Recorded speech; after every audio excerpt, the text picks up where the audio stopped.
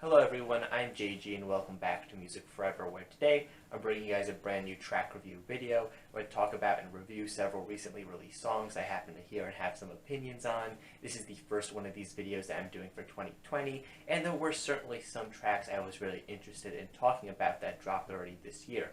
So yeah, without any further ado, let's get into the first track I want to talk about here today, the newest track from Code Orange, Underneath. This is the first single that these guys have dropped from their new upcoming record. I really like the last record that dropped in 2017, so I was excited to see what direction these guys want to go in on their follow-up project. And with this track here, I think this is a solid addition to their catalog so far. The song packs a lot of what I like about Code Orange into its runtime. For one thing, I like the mixture of very harsh, aggressive, glitchy, industrial sounds that are packed into this thing, mixed together with some of the catchier and cleaner moments on this thing too. This is a song that has a hook to it that's pretty clear and easy to decipher, catchy too, and I like that aspect to it, but there's also parts of this track that are very in your face, very aggressive, very punky, and I like the fact that this song really balanced both of those sides of Code Orange, as I like both of those aspects of the group, and pulling them together here on this one track just makes for a very interesting track overall. I think the band's able to really pull it off with their kind of glitchy style of song structuring here on this thing, as you still have those very noisy, glitchy sounds in this thing, as I said before, which kind of allow for the song to switch back and forth between these two different sounding personalities without having it sound too all over the place, or I guess it does still sound very all over the place in a sense, but the context of it all makes sense given the group and the sound that they typically go for. Overall, I feel like this track is just a really solid helping of Code Orange. I think this track, it's catchy, it's in your face, it's noisy, it's pretty much everything that I like about this group just in one song. So overall, I gotta say, I really like this thing, and I'm really excited to see what they do on this new upcoming record of theirs, because if it's more tracks like this, it should certainly be a good project. Next up, I'm going to be talking about this new track from All Time Low, Some Kind of Disaster. I was interested to see what the band was going to do with this track, considering their last album was one that I thought was kind of weak. I know a lot of people tended to think that, but it didn't really have me excited to hear much new material from these guys. But overall, this song ended up being pretty average in my opinion, though I will say it's a fair bit better than most of the material that was on Last Young Renegade. Mostly because I feel like a lot of the performances on this thing are a lot more passionate and interesting. It's certainly a better lead single than Dirty Laundry was, if this ends up actually being a lead single, like I think it is. But overall, yeah, like I said before, the performances on this thing are really what make this track work a lot more than a lot of these songs on that last record. They just feel a lot more interesting. The instrumental here just feels a lot more lively. The vocal performance just feels a lot more passionate. The sound of this song is a pretty nice mix between the band's pop-punk side and just the straight-up pop side. I think maybe something like some of the poppiest material off an album like Future Hearts, or maybe something in between that record and Last Young Renegade in terms of, you know, mixture of poppiness and not poppiness, I guess. It's a pretty poppy song overall. I don't think it inherently makes it a bad thing or anything, but yeah, it is just kind of a middle-of-the-road song in my opinion. The lyrics, they're not super interesting, they're just kind of there. I mean, they're not the worst that they could be, but yeah, they just kind of are what they are, I guess. And while the performances on this thing are pretty, you know, lively, like I said before, the composition here isn't the most exciting either. Overall, this is just a kind of middle-of-the-road track, but given the last record these guys dropped, I think it is an improvement, so I guess I'll take it. Next up, I'm going to be talking about the newest single from Creeper, Annabelle.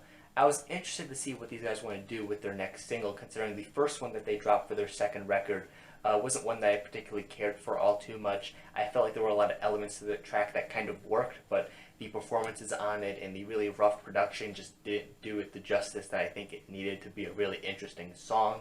And when it comes to Annabelle here, I think this is a much better track overall. It does still have its problems, but I think that this track is pretty enjoyable to listen to still. The hook on this thing is pretty catchy. The performances on this thing are really nice too, whether it be the instrumentals or the vocals here, which have a very kind of campy, gothic feel to them. It was something I really liked about the band's debut record. It's something I really like to hear on this thing as well.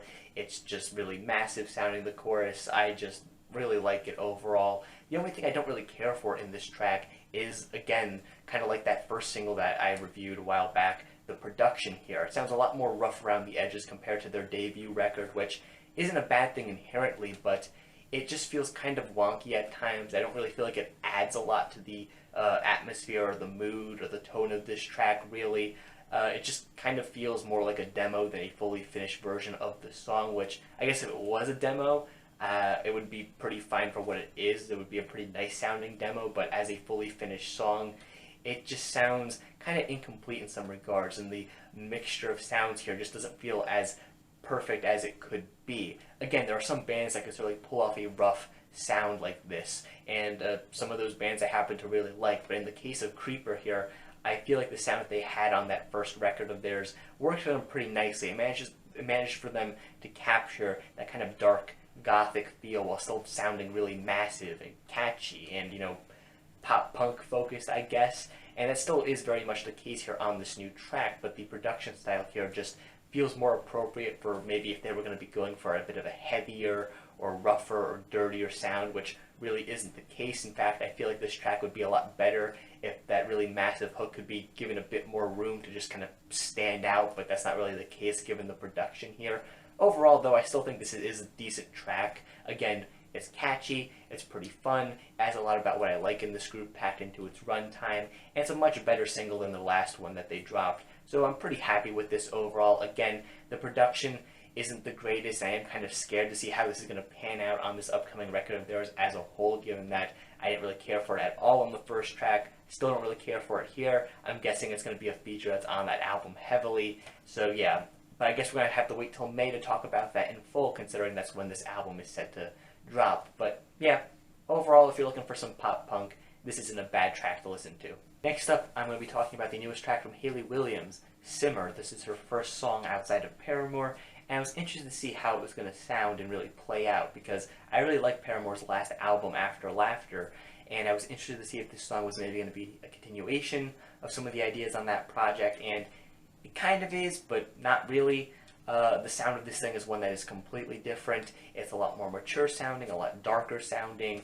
It's not really funky at all like After Laughter was to some extent. It doesn't have that very upbeat sound but dark lyric thing going for it at all. It's more of just a dark sound and dark lyric thing that I think is still pulled off really nicely, though. And speaking of the lyrics here on this thing, this is probably the part of the song that I think resembles After Laughter most, as the lyrics here are still really dark, as I said before, dealing with themes of anger, particularly here on this song. It just feels like something that maybe wouldn't fit on After Laughter, but maybe something that would be a really natural continuation of what was on that project, and I guess that makes sense considering that this is the first thing that she's really putting out after that album came out. The vocal performance on this thing is really great as well. I find the hook on this thing to be really memorable overall. I'm just really excited to see what Hayley's going to be doing when it comes to her first full-length release on her own outside of Paramore, because if this track is any indication, it should be a pretty great project, and yeah, I'm really happy and excited to see what she's going to be doing on that project. Give this a listen for sure. Next up, I'm going to be talking about the newest track from Green Day, Oh Yeah. I'm a massive Green Day fan. They're one of my favorite bands, but I did not like the last two tracks that they dropped at all. You can see my reviews of them if you want. I just found them to be really forgettable and boring and uninteresting. It really seemed like this upcoming record of theirs was going to be more of the same, so I wasn't excited to hear this third single at all. And yeah, it ended up being more of the same, really. But I will say this is certainly the best of the three tracks that they've dropped so far, though I'm not sure if it's because it's actually better than those other two tracks, or if my expectations have just been lowered so far that this song will just seem better by comparison. Really, there's not much to say about this song. It's just pretty bland overall. Bland instrumental, there's bland lyrics, bland vocal performances, just a bland concept, bland, bland, bland. Nothing about this track is interesting in the slightest, really. It just sounds like a boring trilogy leftover or something, and absolutely nothing about it really invites me back to listen over and over again. Green Day, again, are one of my favorite bands. They have lots of albums and songs I really enjoy that have a lot of different personalities to them, but these last few tracks aren't really songs that fit in with that idea at all. They're just really boring, straightforward, simple tracks that offer really nothing to the listener at all, and I just feel like I've taken nothing out of these three songs at this point. and I'm just kind of starting to already anticipate the disappointment when it comes time to review this new album of theirs in full. Again, I've heard rumors that they probably have some other better record around the corner or something for some reasons with their label or whatever, but I really don't care. This song is still boring nonetheless, so yeah, avoid this one. And that concludes all the track reviews for today. Everything here is just my own personal opinion, so if you happen to disagree with any of the thoughts I had on these songs, that's perfectly fine. In fact, feel free to leave your own thoughts on these songs in the comment section down below. And while you're down there, make sure you also leave a like on the video and subscribe to the channel for more music-related content, things like album reviews, track reviews, things of that sort. Again, thank you for watching, and stay golden.